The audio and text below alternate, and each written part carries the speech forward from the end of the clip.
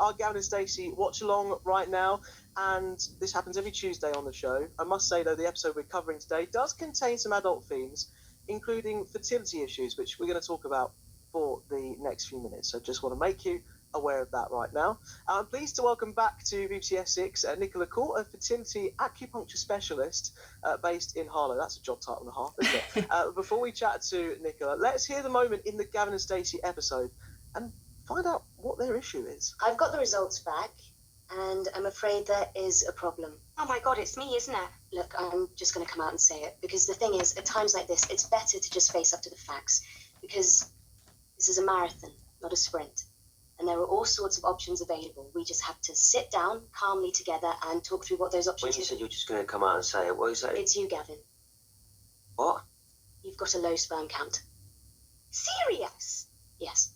And there we are, kind of, Nicola, on that point. Welcome back to BBC Essex, by the way. And clearly something that they hadn't considered might be a problem for them. Male fertility. You were on the show last week talking about female fertility, but the shoes on the other foot. And it turns out, obviously, Gavin was the one in the focus on this episode.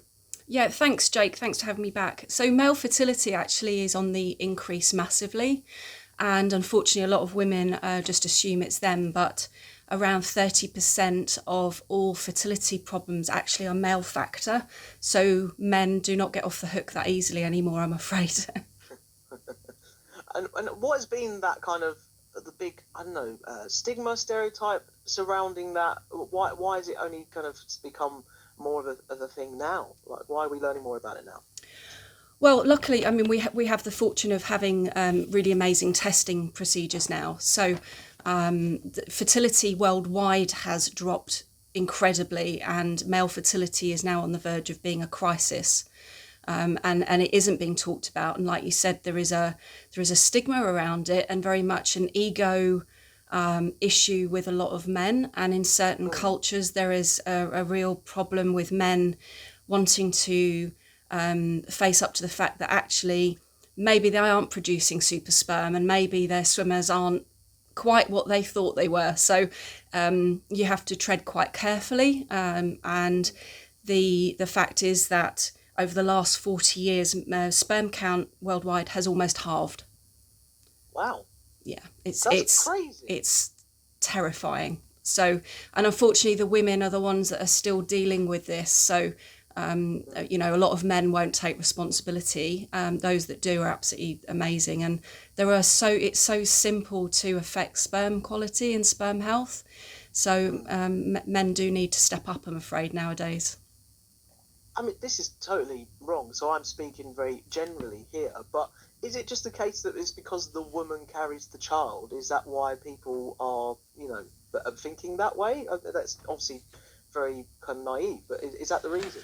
I think maybe in some sectors it is. The male testing is so easy to do, and men generally don't have to do a massive amount when it comes to fathering a child, obviously. But there are so many factors that can have an impact on the sperm quality. So it's the same with women. Women do have to also look after themselves and make sure they're producing really good quality eggs. It's not just about being pregnant, and you want to have the best available. And how much about it is like genetics versus the way we live, our lifestyle, environmental things around where we live? Like, I imagine these are all contributing factors, but is there one that kind of like outweighs the other, that we're learning like more and more as we go through, we advance technology and our understanding? Yeah, it's actually a really good point. And what we are really fortunate to do now is be able to test the sperm for genetic defects. And many sperm, although unfortunately the testing now is so basic, and men are told that they have loads of sperm. Well, that's actually not really the point. The point is actually how good the quality is. And now we're looking at morphology. Are they swimming in the right direction? Are they going around in circles? Do they have more than two tails? Is there a abnormality? And then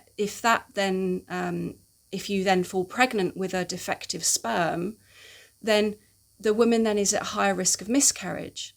And so there has to be investigations when there is recurrent miscarriage, or there is a problem with fertilization, or even falling pregnant. You've got to go back and look at both partners, not just the woman. I guess from like obviously I can only speak from a male perspective. It's kind of maybe seen as a bit of a, I don't know, like a similar thing to mental health, where men don't talk about their own mental health, and if they're going to talk about it down the pub, it might turn into a bit of a, or in a group of men, like turn into a bit of a laddie thing, like a bit of a competition thing. I'm not speaking for everyone here, but I can imagine that kind of sometimes happens. I think so, and I think humour is important in this, because there is a massive, for women it's huge to be told that they're infertile, or that there is unexplained infertility, and for men, having to tell people that actually they have inadequate sperm, or their sperm is a problem, it can become quite laddie, and I don't see that is necessarily a problem, as long as it's done with compassion with their friends. It has to be also men are becoming much better at supporting each other from a mental health perspective, and also once you open the floodgates to this conversation, you will find so many men that go, well, actually I had a problem, but we just didn't say anything. It's huge. I totally agree with that, and any conversation like that becomes more collaborative. People feel like that they can share. They're not going to be like the odd one out, which we're always so anxious of, aren't we? And for people then in the same situation as Gavin in the episode, he's hit by it. When he gets to his mum and dad's after having the appointment, and he just wants to go up to the bedroom and kind of just like, sorry, that sounded really bad. Obviously, just wanted to go to bed and rest, and not think about it, because mentally it was quite a lot for him. Yeah. So, what advice can you give to people like Gavin in his situation, who it would feel like there's a massive weight on yourself when you hear that news? It's very important to share with people who care about you and who want to support you. This is a very private matter, and it's very much up to the individual about how much they want to share. When people are struggling with fertility, often you don't want to know, because if there is problems and you then get when are you going to get pregnant? When are you going to have a child? When are you going to be a father? The pressure just mounts up and mounts up. So actually a lot of couples end up not talking about it, especially to family, because family, although they love you dearly, they want if it's a parent, they want to be a grandparent. So there is pressure. So having a support network is really important, and there are forums out there for men and women to go on to, but there is also a huge amount of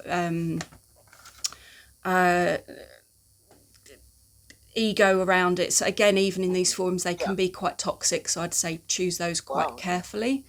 And just because something worked for one person doesn't mean that that's the only help that you can get. But just talking about it and seeking help from the doctor if it's really, really affecting your mental health. That's very important. Or a talking therapist would be helpful to unravel that. And what is the kind of like, finally, thank you so much for your time, Nicola. What is kind of like the key one thing, if, we're talking about obviously male fertility more this week. You were speaking about female fertility last week on the show with us. You can listen back to that on BBC Sounds when you like, if you find that of use. What is the key piece of advice that people should take away? You've mentioned some of the support there, but if they're in that real difficult headspace with it all. Yes, just talk to people. Come and see somebody like me who specialises in fertility, both with men and women. Reach out to your GP, reach out to your doctor, and you can change it. There is hope. There are ways that you can still father a child if there is a problem. There are methods to extract sperm. And help with implantation and pregnancy. So just because you've had that diagnosis doesn't mean that you can't father a child. So keep positive and keep hopeful, and keep going. Nicola, thank you so much for coming on the show. Thanks for having me back.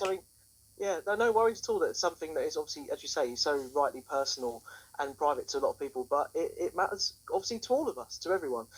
Thank you so much for coming on. Hopefully, we can have you back on sometime I'd love in to. the future. Thank you. Appreciate it. Take care. That's that. You too. That's Nicola Court there, along with our Gavin and Stacey watch along this week. And particularly focusing on male fertility today, because Gavin, in this particular episode we were talking about, discovers some of those issues, and that's what we do here as part of our Gavin Stacey watch along, right up to the Christmas special. Take a look at some of the topics.